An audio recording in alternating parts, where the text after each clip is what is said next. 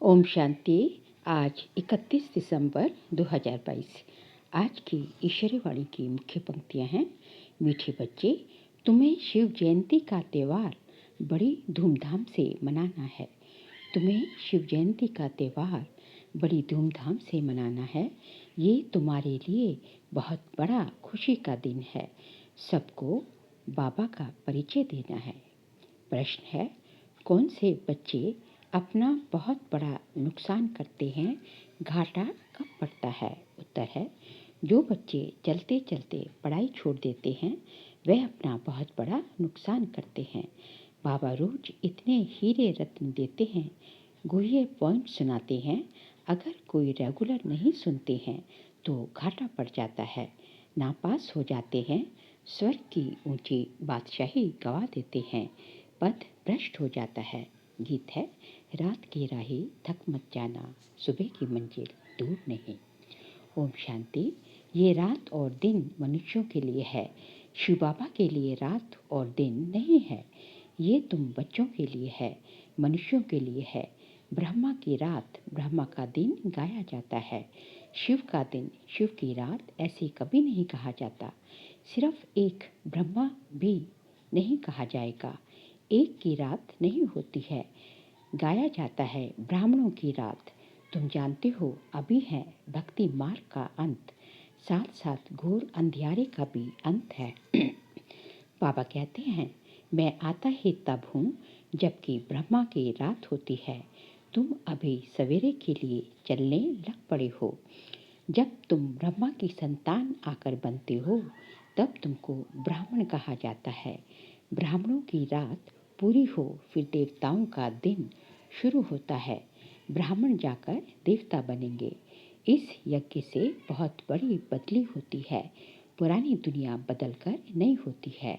कलयुग है पुराना युग, सतयुग है नया युग। फिर त्रेता 25% पुराना, द्वापर 50% पुराना। युग का नाम ही बदल जाता है। कलयुग को सब पुरानी दुनिया कहेंगे। ईश्वर कहा जाता है बाप को, जो ईश्वरीय राज्य स्थापन करते हैं। बाबा कहते हैं, मैं कल्प कल्प संगम युग में आता हूँ। टाइम तो लगता है ना, यूं तो है 1 सेकंड की बात, परंतु विकर्म विनाश होने में समय लगता है, क्योंकि आधा कल्प के पाप सिर पर हैं। बाबा स्वर्ग रचता है तो तुम बच्चे भी स्वर्ग के मालिक तो बनेंगे, परंतु सिर पर जो पापों का बोझा है उनको उतारने में टाइम लगता है, योग लगाना पड़ता है। अपने को आत्मा जरूर समझना है। आगे जब बाबा कहते थे तो जिस्मानी बाप याद आता था। अभी बाबा कहने से बुद्धि ऊपर चली जाती है। दुनिया में और किसकी बुद्धि में ये नहीं होगा कि हम आत्मा रूहानी बाप की संतान हैं। हमारा बाप, टीचर, गुरु तीनों ही रूहानी हैं। याद भी उनको करते हैं। ये है पुराना शरीर, इनको क्या श्रृंगार करना है, परंतु अंदर में समझते हैं अभी हम वनवाह में हैं। ससुर घर नई दुनिया में जाने वाले हैं। पिछाड़ी में कुछ भी नहीं रहता है, फिर हम जाकर विश्व के मालिक बनते हैं। इस समय सारी दुनिया जैसे वनवाह में है। इसमें रखा ही क्या है, कुछ भी नहीं है। जब ससुर घर था तो हीरे जवाहरों के महल थे, माल ठाल थे। अभी फिर पियर घर से ससुर घर जाना है। अभी तुम किसके पास आए हो? कहेंगे बाप दादा के पास। बाप ने दादा में प्रवेश किया है। दादा तो है ही यहाँ का रहवासी, तो बाप दादा दोनों कंबाइन है। परम पिता परमात्मा पतित पावन है। उनकी आत्मा अगर श्री कृष्ण में होती, वह ज्ञान सुनाती, तो श्री कृष्ण को भी बाप दादा कहा जाता, परंतु श्री कृष्ण को बाप दादा कहना शोभता ही नहीं है। ब्रह्मा ही प्रजापिता गाया हुआ है। बाबा ने जो समझाया है कि ये 5000 वर्ष का चक्र है। तुम बच्चे प्रदर्शनी जब दिखाते हो तो उसमें ये भी लिखो कि आज से 5000 वर्ष पहले भी हमने ये प्रदर्शनी दिखाई थी और समझाया था कि बेहद के बाप से स्वर्ग का वर्षा कैसे लिया जाता है। आज से 5000 वर्ष पहले माफिक फिर से हम त्रिमूर्ति शिव जयंती मनाते हैं। ये अक्षर जरूर डालना पड़े। ये बाबा डायरेक्शन दे रहे हैं, उस पर चलना है। शिव जयंती की तैयारी करनी है। नई नई बात देख मनुष्य वंडर खाएंगे। अच्छा भपका करना चाहिए। हम त्रिमूर्ति शिव की जयंती मनाते हैं, छुट्टी करते हैं। शिव जयंती की छुट्टी ऑफिशियल है। कोई करते हैं तो कोई नहीं करते हैं। तुम्हारा ये बहुत बड़ा दिन है। जैसे क्रिश्चियन लोग क्रिसमस मनाते हैं, बहुत खुशी मनाते हैं, अब तुमको ये खुशी मनानी चाहिए। सबको बताना है कि हम बेहद के बाप से वर्षा ले रहे हैं। जो जानते हैं वही खुशी मनाएंगे। सेंडर्स में आपस में मिलेंगे। यहाँ तो सब आ ना सके। हम मनाते हैं जन्मदिन। किसका जन्मदिन? भगवान का, परमात्मा शिव का जन्मदिन मनाते हैं। शिव बाबा का मृत्यु तो हो न सके। जैसे शिव बाबा आया वैसे चले जाएंगे। ज्ञान पूरा हो गया, लड़ाई शुरू हो गई। बस इनको अपना शरीर तो है नहीं। तुम बच्चों को अपने को आत्मा समझ पूरा देही अभिमानी बनना है। इसमें मेहनत लगती है। सतयुग में तो आत्म अभिमानी है, वहाँ अकाली मृत्यु नहीं होगा। यहाँ बैठे बैठे काल आ जाता है, हार्ट फेल हो जाता है। कहेंगे ईश्वर की भावी, परंतु ईश्वर की भावी नहीं है। तुम कहेंगे ड्रामा की भावी। ड्रामा में इनका पार्ट ही ऐसा था। अभी तो है ही आयरन एज, नई दुनिया गोल्डन एज थी। सतयुग की महल कितने हीरों से सजाए हुए होंगे। अकीचार धन होगा, परंतु उनका पूरा वृत्तांत नहीं है। कुछ अर्थक्वेक आदि होती है तो टूट फूट पड़ती है, नीचे चली जाती है। तो इन बातों का बुद्धि से काम लेना है। ये खाना बुद्धि के लिए है। तुम्हारी बुद्धि ऊपर चली गई है। रचना को जानने से रचना को भी जानते हैं। सारी सृष्टि का राज बुद्धि में है। ड्रामा में ऊंचे से ऊंचा है भगवान, फिर ब्रह्मा विष्णु शंकर। हम इन तीनों का ऑक्यूपेशन बता सकते हैं। क्या क्या पार्ट है। जगदम्बा का कितना बड़ा मेला लगता है। जगदम्बा जगत पिता का आपस में क्या संबंध है, ये कोई नहीं जानते, क्योंकि ये गुप्त बात है। माँ तो ये बैठी है, वह थी अडॉप्ट की हुई, इसलिए चित्र उनके बने हैं। उनको जगदम्बा कहा जाता है। ब्रह्मा की बेटी सरस्वती, भल माँ का टाइटल दिया है, परंतु थी तो बेटी। सही करती थी ब्रह्मा कुमारी सरस्वती। तुम उनको मम्मा कहते थे। ब्रह्मा को माँ कहना शोभता नहीं। ये समझने और समझाने में बड़ी रिफाइन बुद्धि चाहिए। ये गुह्य बातें हैं। तुम किसके भी मंदिर में जाएंगे तो झट उनका ऑक्यूपेशन जान लेंगे। गुरु नानक के मंदिर में जाएंगे तो झट बता देंगे कि वे फिर कब आएंगे। उन लोगों को कुछ पता ही नहीं, क्योंकि कल्प की आयु लंबी कर दी है। तुम वर्णन कर सकते हो। बाबा कहते हैं, देखो मैं तुमको कैसे पढ़ाता हूँ, आता कैसे हूँ। श्री कृष्ण की तो बात ही नहीं। गीता का पाठ करते रहते हैं। कोई 18 अध्याय याद करते हैं तो उनकी कितनी महिमा हो जाती है। एक श्लोक सुनाएंगे तो कहेंगे वाह वाह, इन जैसे महात्मा तो कोई है नहीं। आजकल तो रिद्धि सिद्धि भी बहुत है, जादू का खेल बहुत दिखाते हैं, दुनिया में ठगी बहुत है। बाबा तुमको कितना सहज समझाते हैं, परंतु पढ़ने वालों पर मदार है। टीचर तो एक रस पढ़ाते हैं, कोई नहीं पढ़ेंगे तो नापास होंगे। ये भी होना जरूर है। सारी राजधानी स्थापन होनी है। तुम ये ज्ञान स्नान कर ज्ञान का गोता लगाए परिस्तान की परी अर्थात स्वर्ग के मालिक बन जाते हो। रात दिन का फर्क है। वहाँ तत्व भी सतो प्रदान होने से शरीर भी एक्यूरेट बनता है, नेचुरल ब्यूटी रहती है। वह है ईश्वर की स्थापन की हुई भूमि। अभी आसुरी भूमि है।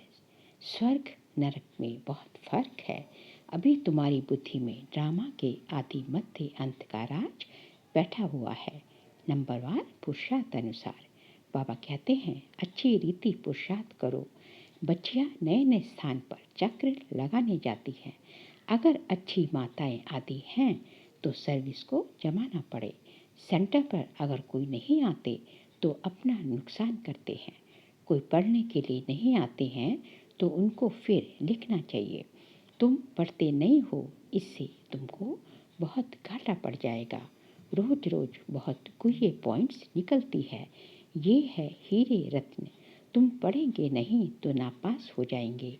इतनी ऊंची स्वर की बादशाही गंवा देंगे। मुरली तो रोज सुननी चाहिए। ऐसे बाप को छोड़ देना तो याद रखना नापास हो जाएंगे। फिर बहुत रोएंगे, खून के आंसू बहाएंगे।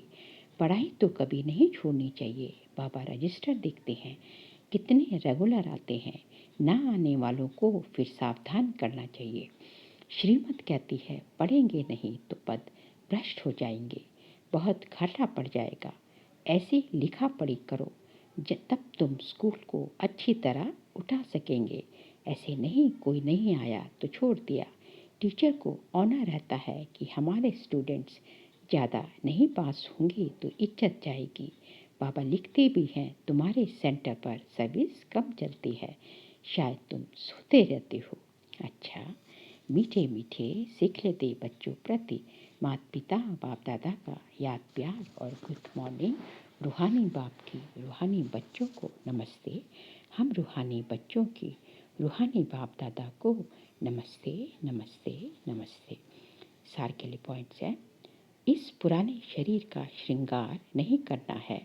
वनवाह में रह नए घर में चलने की तैयारी करनी है। ज्ञान स्नान रोज करना है। कभी भी पढ़ाई मिस नहीं करनी है। आज का बाबा का वरदान है महानता के साथ निर्माणता को धारण कर सर्व का मान प्राप्त करने वाले सुखदायी भव। महानता के साथ निर्माणता को धारण कर सर्व का मान प्राप्त करने वाले सुखदायी भव। महानता की निशानी निर्माणता है। जितना महान उतना निर्माण, क्योंकि सदा भरपूर है। जैसे वृक्ष जितना भरपूर होगा उतना झुका हुआ होगा, तो निर्माणता ही सेवा करती है। और जो निर्माण रहता है वह सर्व द्वारा स्वतः ही मान पाता है। जो अभिमान में रहता है उसको कोई मान नहीं देता, उससे दूर भागते हैं। जो निर्माण है वह सुखदायी होंगे, उनसे सभी सुख की अनुभूति करेंगे, सभी उनके समीप आना चाहेंगे। स्लोगन है उदासी को तलाक देने के लिए खुशियों का खजाना सदा साथ रखो। उदासी को तलाक देने के लिए खुशियों का खजाना सदा साथ रखो। बाबा कहते हैं कि यदि आप चाहते हैं कि आपके पास उदासी कभी आए ही नहीं तो हमेशा जो है खुशियों का खजाना, और खुशियों का खजाना क्या है? ज्ञान का खजाना, समय और बहुत खजाने हैं। सुख शांति प्रेम आनंद सभी बाबा के खजाने तो हैं। तो जो है ये सब खजाने, और सबसे अहम खजाना खुशियों का ज्ञान का खजाना। तो जितना जितना हम ज्ञान को जो है अपना कार्य में, अपने डे टू डे लाइफ में जो है यूज़ करते जाएंगे, अपने स्व के प्रति भी या दूसरों के प्रति भी जो है, तो उतना जो है आपके पास जो है उदासी जो है आ ही नहीं सकती। आगे जो है मातेश्वरी जी के मधुर वाक्य हैं। गीत है नयनहीन को राह दिखाओ प्रभु। अब ये जो मनुष्य गीत गाते हैं नयनहीन को राह बताओ, तो गोया राह दिखाने वाला एक ही परमात्मा ठहरा।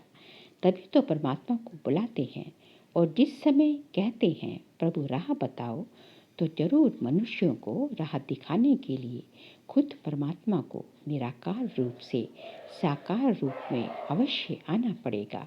तभी तो स्थूल में राह बताएगा। आए बिगर राह तो बता नहीं सकेंगे। अब मनुष्य जो मूंझे हुए हैं, उन मूंझे हुए को राह चाहिए। इसलिए परमात्मा को कहते हैं नैनहीन को राह बताओ प्रभु। इसको ही फिर खिवैया भी कहा जाता है, जो उस पार या इन 5 तत्व की जो बनी हुई सृष्टि है उससे पार कर उस पार, अर्थात 5 तत्वों से पार जो छठा तत्व अखंड ज्योति में तत्व है उसमें लेके जाएगा। तो परमात्मा भी जब उस पार से इस पार आए तभी तो ले चलेगा। तो परमात्मा को भी अपने धाम से आना पड़ता है, तभी तो परमात्मा को खेवैया कहते हैं। वही हम बोट को, आत्मा रूपी नाव को पार ले जाता है। अब जो परमात्मा के साथ योग रखता है उनको साथ ले जाएगा। बाकी जो बच जाएंगे वह धर्मराज की सजाएं खाकर बाद में मुक्त होते हैं। तो सेकंड पॉइंट है, कांटों की दुनिया से ले चलो फूलों की छाँव में। अब ये बुलावा सिर्फ परमात्मा के लिए कह रहे हैं। जब मनुष्य अति दुखी होते हैं तो परमात्मा को याद करते हैं। परमात्मा इस कांटों की दुनिया से ले चल फूलों की छाँव में। इससे सिद्ध है कि जरूर वो भी कोई दुनिया है। अब ये तो सभी मनुष्य जानते हैं कि अब का जो संसार है वो कांटों से भरा हुआ है, जिस कारण मनुष्य दुख और अशांति को प्राप्त कर रहे हैं और याद फिर फूलों की दुनिया को करते हैं।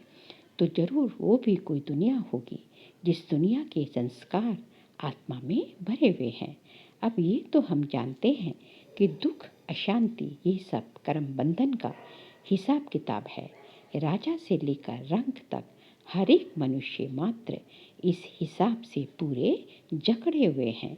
इसलिए परमात्मा तो खुद कहता है कि अब का संसार कलयुग है, तो वो सारा कर्म बंधन का बना हुआ है। और आगे का संसार सतयुग था, जिसको फूलों की दुनिया कहते हैं। अब वो है कर्म बंधन से रहित जीवन मुक्त देवी देवताओं का राज्य, जो अब नहीं है। अब ये जो हम जीवन मुक्त कहते हैं तो इसका मतलब ये नहीं कि हम कोई देह से मुक्त थे। उनको कोई देह का भान नहीं था, मगर वो देह में होते हुए भी, शरीर में होते हुए भी दुख को प्राप्त नहीं करते थे। कौन? देवी देवता। गोया वहाँ कोई भी कर्म बंधन का मामला नहीं है। वो जीवन लेते, जीवन छोड़ते, आदि मध्य अंत सुख को प्राप्त करते थे। तो जीवन मुक्ति का मतलब है जीवन होते कर्मातीत जीवन मुक्ति का मतलब है जीवन होते कर्मातीत। मतलब तुम जीवन अपने शरीर में हो, आप जीवन जी रहे हो, लेकिन कर्मों से अतीत हो। कर्म का कोई प्रभाव, कर्म का या कर्म के रिजल्ट का कोई प्रभाव आपके ऊपर नहीं पड़ता। तो इसको कहा जाता है जीवन मुक्त अवस्था। अब ये सारी दुनिया 5 विकारों में पूरी जकड़ी हुई है, मानो 5 विकारों का पूरा वास है।